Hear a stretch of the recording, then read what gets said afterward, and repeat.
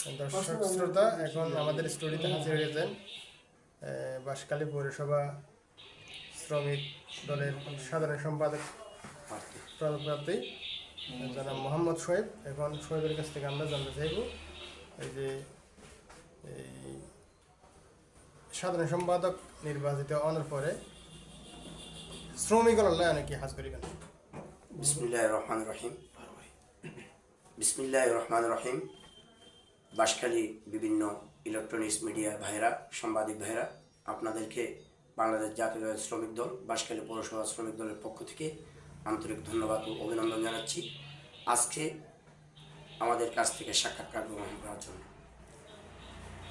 প্রিয় সাংবাদিক ভাইরা, আপনারা জানেন বাংলাদেশ জাতীয়তাবাদী শ্রমিক দল, বাংলাদেশ জাতীয়তাবাদী দল একটি প্রাচীনতম রাজনৈতিক দল, একটি বিশাল একটা সংগঠন। তার সহযোগী সংগঠন হিসাবে বাংলাদেশ জাতীয়তাবাদী শ্রমিক দল, যদি দল আমাকে মূল্যায়ন করে, আমি বাংলাদেশ জাতীয়তাবাদী দলের বিভিন্ন অঙ্গ সংগঠনের দায়িত্ব পালন করেছি। আমি ছাত্র দলের দায়িত্ব পালন করেছি, আমি যুব দলের দায়িত্ব পালন করেছি, আমি কৃষক দলের দায়িত্ব পালন করেছি, আমি স্বেচ্ছাসেবক দলের দায়িত্ব পালন করেছি। আমি শ্রমিক দলের দীর্ঘদিন একজন বিভিন্ন জায়গায় চাকরি করেছি, বিভিন্ন কোম্পানির অধীনে চাকরি করেছি, বিভিন্ন দোকানেও চাকরি করেছি। আমি জানি শ্রমিক ভাইদের কী পরিমাণ কষ্ট, শ্রমিক ভাইদের কী পরিমাণ ত্যাগ, শ্রমিক ভাইদের কী পরিমাণ মেহনত। যদি আল্লাহ দল যদি আমাকে মূল্যায়ন করে, দল যদি আমাকে বাঁশখালী পৌরসভা শ্রমিক দলের সদস্য সচিব করে, আমি অন্তত, আমি তো আর পুরা চট্টগ্রাম শহরে পারবো না, অন্তত বাঁশখালী পৌরসভায় আমাদের এখানে অনেক শ্রমিক ভাইরা কাজ করে। আমাদের এখানে বিভিন্ন ধরনের মার্কেট রয়েছে, দোকান রয়েছে। আমরা শ্রমিকের যে আন্তর্জাতিকভাবে স্বীকৃতিপ্রাপ্ত 8 ঘন্টা শ্রমিক ভাইদের যে 8 ঘন্টা জেনুইন ডিউটি, সেই ডিউটির পরিবর্তে 12 ঘন্টা, তার চেয়ে অধিক, তার 8 ঘন্টার চেয়ে অধিক যদি কাজ করাই, আমরা মালিক পক্ষ থেকে এই শ্রমিকের যে অতিরিক্ত পাওনা, সে পাওনা দেওয়ার জন্য সবসময় ইনশাল্লাহ আমি সচেষ্ট থাকব। এবং সে পাওনা আদায় করে দেওয়ার জন্য এখানে বিভিন্ন মার্কেটের মালিক সমিতি রয়েছেন, বিভিন্ন সিএনজি সমিতি রয়েছেন, বিভিন্ন ধরনের মালিক সমিতি রয়েছেন, বিভিন্ন গাড়ির মালিক সমিতি রয়েছেন, সিএনজির মালিক সমিতি রয়েছেন, অটোরিকশার মালিক সমিতি রয়েছেন, বিভিন্ন মার্কেটের মালিক সমিতি রয়েছেন।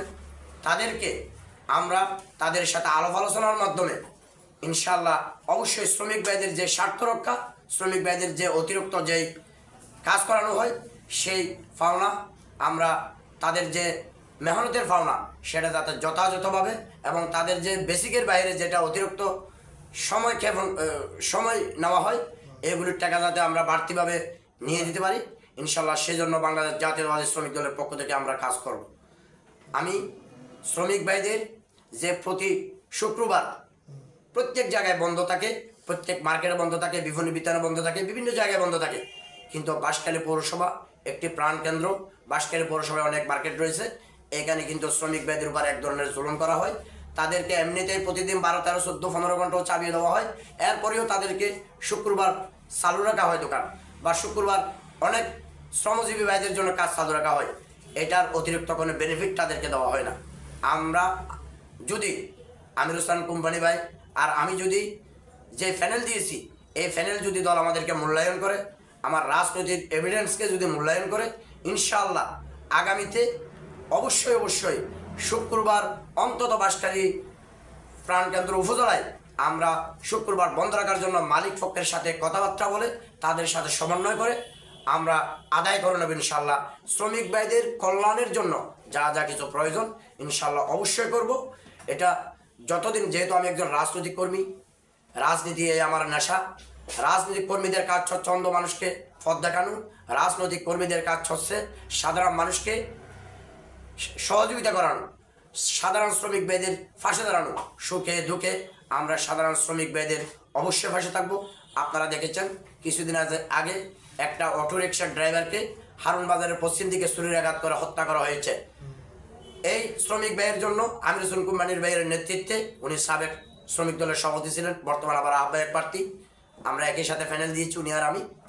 আমরা একটা অর্থ উঠে শ্রমিক ভাইদের থেকে সবাই সহযোগিতা করে আমরা এটা তার পরিবারকে হস্তান্তর করেছি।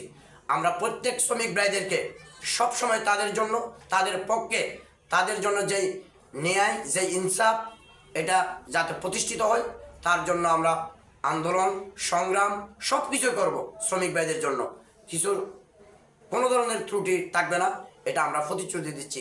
আমাদের এখানে অনেক সমস্যা আছে, যেমন ট্রাফিকের নাম দিয়ে যে বাঁশখালী প্রধান সড়কে অনেক সময় ট্রাফিক বসিয়ে, এই যে আমার অটো রিক্সা ভাইরা, ওরা অত্যন্ত গরিব মানুষ, ওরা অত্যন্ত গরিব লোক। আমি জানি শ্রমিক ভাইদের কষ্ট আমি বুঝি, যেহেতু আমিও একজন দীর্ঘদিন বিভিন্ন জায়গায় চাকরি করেছি, আমিও একজন শ্রমিক ভাইদের যে ত্যাগ, যে তিতিজ্ঞা, তাদের যে ঘাম, এটা আমি বুঝি। এই শ্রমিক ভাইরা যেভাবে তাদের যে কষ্ট, তাদের যে ত্যাগ, নির্বাহী অফিসারের সাথে বসবো, বাঁশখালী ট্রাফিক বিভাগের সাথে বসবো, বাঁশখালী থানা অফিসার ইনচার্জ মহোদয়ের সাথে বসবো, সকলের সাথে সমন্বয় করে আমরা যাতে শ্রমিকদের যে স্বার্থ রক্ষা করা যায় সেই ব্যাপারে আমরা অবশ্যই সচেষ্ট থাকবো। তাদেরকে যাতে হয়তো কোনো মামলা দেওয়া না হয়, তাদেরকে যাতে কোনো হয়রানি করা না হয়, তাদের গাড়ি যাতে কোনো ধরনের জব্দ করা না হয় অন্যায়ভাবে, আমরা শ্রমিকদের পক্ষে যা যা প্রয়োজন ইনশাআল্লাহ জীবনের ঝুঁকি নিয়ে হলেও যতটুকু সম্ভব ইনশাআল্লাহ আমি বাংলাদেশ জাতীয় শ্রমিক দলের পক্ষ থেকে করার জন্য প্রতিশ্রুতি দিচ্ছি। এখন শ্রমিক তো বিভিন্ন শ্রেণীর আছে। এখন আপনি ট্রাফিকের কথা বললেন, ট্রাফিকে তো ধরে কেন ব্যাংকারিওয়ালা এখন চিনতে চালায়, ব্যাংকারিওয়ালা এখন অটো রিক্সা চালায়, তাদের কোনো শিক্ষা নেই, প্রশিক্ষণ নেই, তারা কোথায় গাড়ি পার্কিং করতে হবে, কোথায় গেলে ব্রেক করতে হবে এগুলো জানে না। সো এদের প্রশিক্ষণের কোনো ব্যবস্থা করবেন কিনা আপনারা নির্বাচিত হলে? এমনকি আমরা যেটা দৃশ্যতে দেখি, প্রধান সড়কে বেশিরভাগ অ্যাক্সিডেন্ট বা দুর্ঘটনা হয় যে যারা নিয়ন্ত্রণহীনভাবে এই সিএনজি এবং অটোরিক্সা চালায়।